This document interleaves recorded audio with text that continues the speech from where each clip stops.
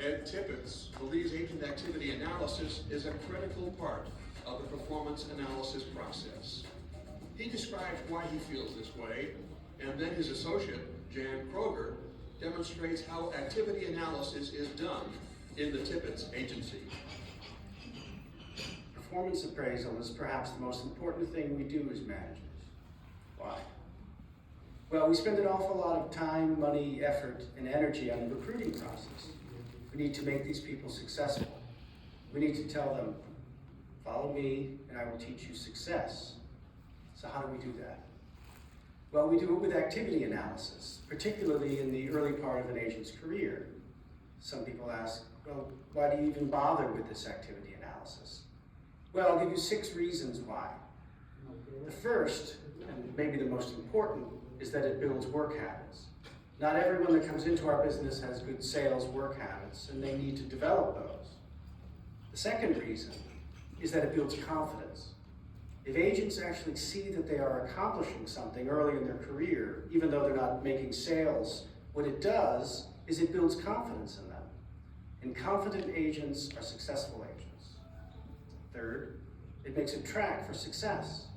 We need to follow a historical track so that we as managers know exactly how to lead and teach to success. A 5, 10, 20-year history of successful agency building would include successful agency activity analysis. The fourth is it's a quantifying measurement of how each agent is doing, not only how they're doing individually, but how they're doing compared to a group of any other agents that have passed through your system. Fifth, it leads to skill development. One of the important things we as managers need to do is to help agents in that skill development. We can't really tell how to help them unless we know where their failures are. For example, you may have an agent that thinks they have a closing problem, when in fact what they really have is a prospecting problem. Only activity analysis can indicate that. And sixth, it builds stamina for the long term. If we know anything about new agents, one thing for sure is that how they perform in the first 6 months is how they're going to perform for the rest of their career. So the better that we can build activity and stamina and good work habits and consistency, the more successful they're going to be. On the next segment, you're going to see our agency supervisor, Jan Kroger, and she's interviewing a brand new agent, David Estrada. She'll help him set the expectations and monitor his activity in the very first part of his career. And on the next segment following that, you're going to see them in another interview 2 months later.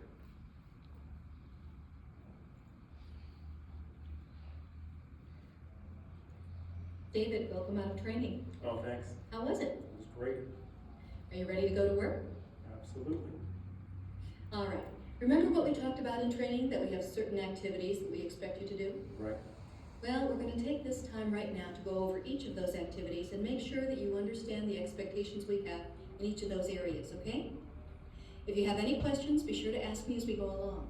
Of course, the most important appointment you'll ever have during the day is on the phone. So we expect you on the phone 9 every morning until 10:15 without exception. In that time, you'll be doing 25 calls, and you'll be using this form to keep track of your activities. So let's go over that. Okay. In the first column, we have dials, the number of times you actually pick up the phone and dial. So you'll jot down every day, then the number that you complete. The next column is how many people did you reach. So we expect out of 25 people that you reach about 10 to 12 of those people. Those are people that actually speak to you, not receptionists. And how many of those 10 to 12 are we able to anticipate setting an appointment with? Perfect. You go right along to the next column, which is about 3 to 4 appointments a day. Okay. And even if it takes more than 25 dials, we expect you to make at least 3 to 4 appointments a day. That's what you'll need to stay in this business.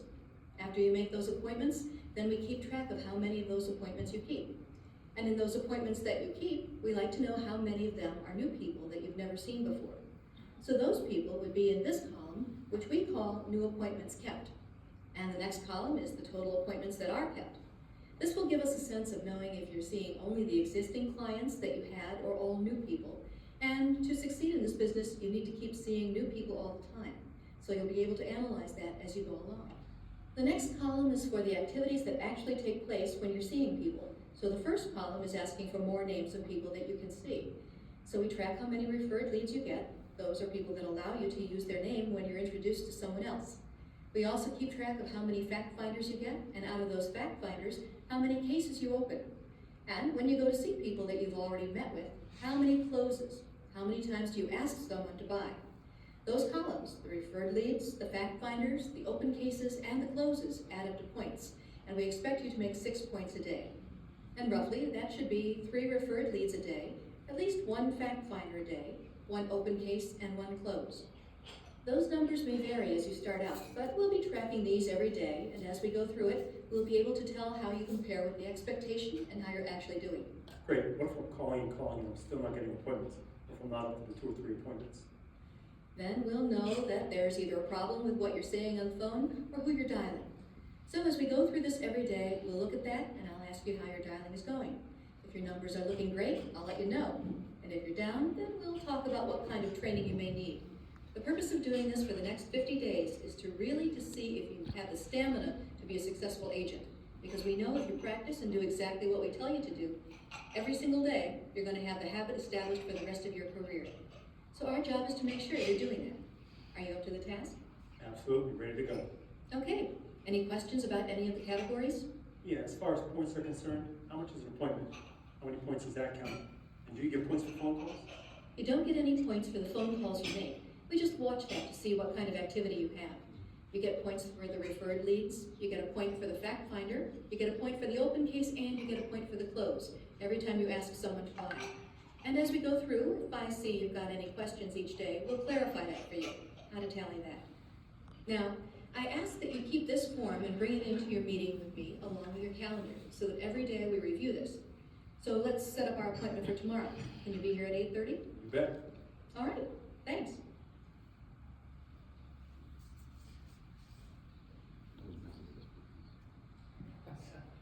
All right, let's talk about your day yesterday. You had a great month last month, so let's see if you're keeping your activity up. How many dials do you do? 10.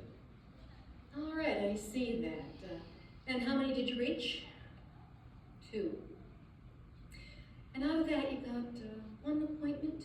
All right, can you tell me a little bit about what's going on? Because, you know, we expect you to do 25 dials. So why weren't you on the phone like you should? Sure, just as you said, the first month was a good month for me, and I had a lot of activity, a lot of time to call and so on, but I just opened up a lot of cases, so I'm just really getting involved in putting these cases together and doing the paperwork. So it's just hard to get on the phone and find the time to do it. Well, you're talking about a danger that most agents get into, so I want to make sure that you never ever miss your appointment on the phone, the full appointment. This is sort of like you went to see somebody and you cut out in the middle of your time with them. So are you marking your phoning time in your book? No, I'm not. All right, let's open your book and look and see what you've got. What you need to do is schedule the 9 to 10:15 in your book. Now I see you put another appointment in there yesterday, so you must have done this phoning at another time. Right, it was just kind of scattered actually. Very dangerous. So listen, David, you need to get right back on doing what we told you to do, which is schedule it in. So I'd like you to take a yellow highlighter and when you get back to your desk, highlight 9 to 10:15 every single day in your book. That is the most precious appointment you'll ever have. It's what keeps you in the business. Some of the people I talked to, they like the early morning appointments around 9 o'clock, so that's You already have an appointment at that time. okay. Who's running your business? You or them, okay? You have an appointment at 9 o'clock with yourself. You must keep it. See, it's got an impact on the rest of your numbers. So let's go across and see how the rest of the day went. Out of your appointments, I see that you kept 1 appointment yesterday. Now, that's probably an impact of not having enough appointments scheduled in advance. Do you know how many appointments you have scheduled for the next 5 days? 6. 6. Not enough, David. You've got to have 20 appointments scheduled out ahead of you in the next week. So we want to focus on phoning for you tomorrow and the next day. What I'd like you to do, as I said, is highlight your book. Then I also want you to go back over the segment on phoning that we did in the training, so you brush up on the words to use and focus in on that. What happened? How many referred leads did you get? Just 2. 2. We need you to do 3 a day to keep you. That's what keeps you having a supply of names to call, okay? Which keeps you making appointments. They're all correlated together. You'll notice that they have an impact on each other. That's my inventory right there. Right. And the one person you saw. Bien, vamos viendo qué opinan. A ver, que se abra el debate.